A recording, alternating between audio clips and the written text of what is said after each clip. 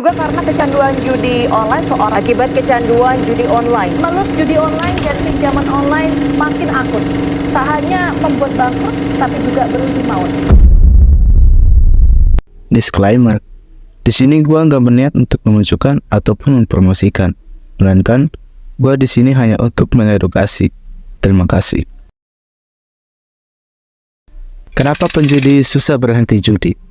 Mungkin kalimat ini yang kalian sering pertanyakan, karena dampaknya yang parah banget. Nama cuma modal hoki, tapi masih banyak gitu peminatnya. Jadi, selamat datang di Anda Asli.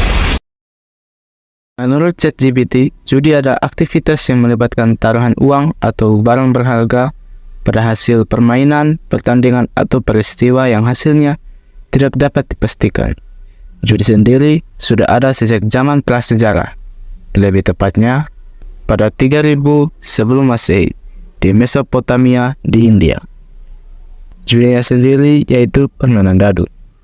Bukan hanya di India, bahkan pada abad kedua sebelum Masehi di Kekaisaran Tiongkok sudah populer permainan dadu dan kartu. Sedangkan untuk sejarah judul, dilansir dari kominfo.go.id, kemunculan judi online bermula di negara Karibia, Antigua, dan Barbuda pada tahun 1994 silam. Saat itu, pemerintah setempat mengesahkan Undang-Undang Perdagangan dan Pemrosesan Bebas. Melalui undang-undang itu, permohonan lisensi izin kasino online menjadi mudah. Oke, jadi di sini gua mau bahas tentang judi offline dan online. Kenapa gua bilang di sini judi offline?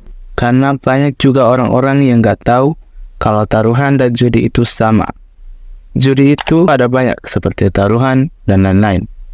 Gua nggak begitu tahu nama-nama judi sih, tapi yang gua lihat di sekitar gua paling banyak itu taruhan. Menurut Dr. Ahmed Zayed, kecanduan judi online itu sebuah kebutuhan kompulsif untuk terus berjudi secara online, bahkan jika ada konsekuensi merugikan yang ditimbulkan. Judi menjadi candu ketika penggunanya menjadi kompulsif dan lepas kendali. Dilansir dari BBC, kecanduan ini berasal dari dua jalur hadiah terpisah di otak yang mempengaruhi kita, yakni menyukai dan menginginkan. Sedangkan kecanduan judi offline adalah kondisi di mana seorang kehilangan kendali atas kebiasaan berjudi, meskipun ada konsekuensi negatif yang dialaminya. Kenapa kita bisa nyaman saat berjudi? Jadi, ada sistem di dalam otak yang bernama sistem reward atau hormon dopamin. Otak memiliki sistem reward yang membuat orang bersemangat dan nyaman saat berjudi. Hal ini juga berdampak besar pada perilaku orang yang kecanduan tersebut.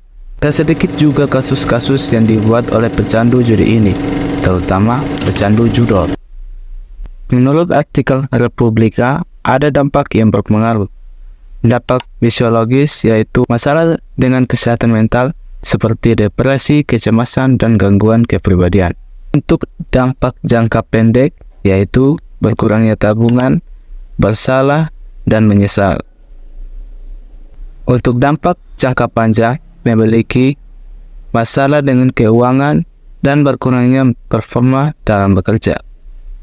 Untuk pengobatannya sendiri bisa dengan cara melibatkan terapi, dukungan kelompok, dan terkadang medikasi. Judi yang telah ada sejak zaman prasejarah terus menarik banyak peminat hingga saat ini, terutama dalam bentuk online. Kecanduan judi muncul ketika perilaku berjudi menjadi kompulsif, mengaruhi kesehatan mental dan kehidupan sosial. Dampak negatifnya meliputi masalah keuangan, depresi, dan penurunan performa kerja. Pengobatan untuk kecanduan judi melibatkan terapi, dukungan kelompok, dan kadang medikasi, menunjukkan pentingnya pemahaman dan penanganan yang tepat untuk mengatasi masalah ini. Kalau kalian suka dengan pembahasan seperti ini guys, jangan lupa subscribe.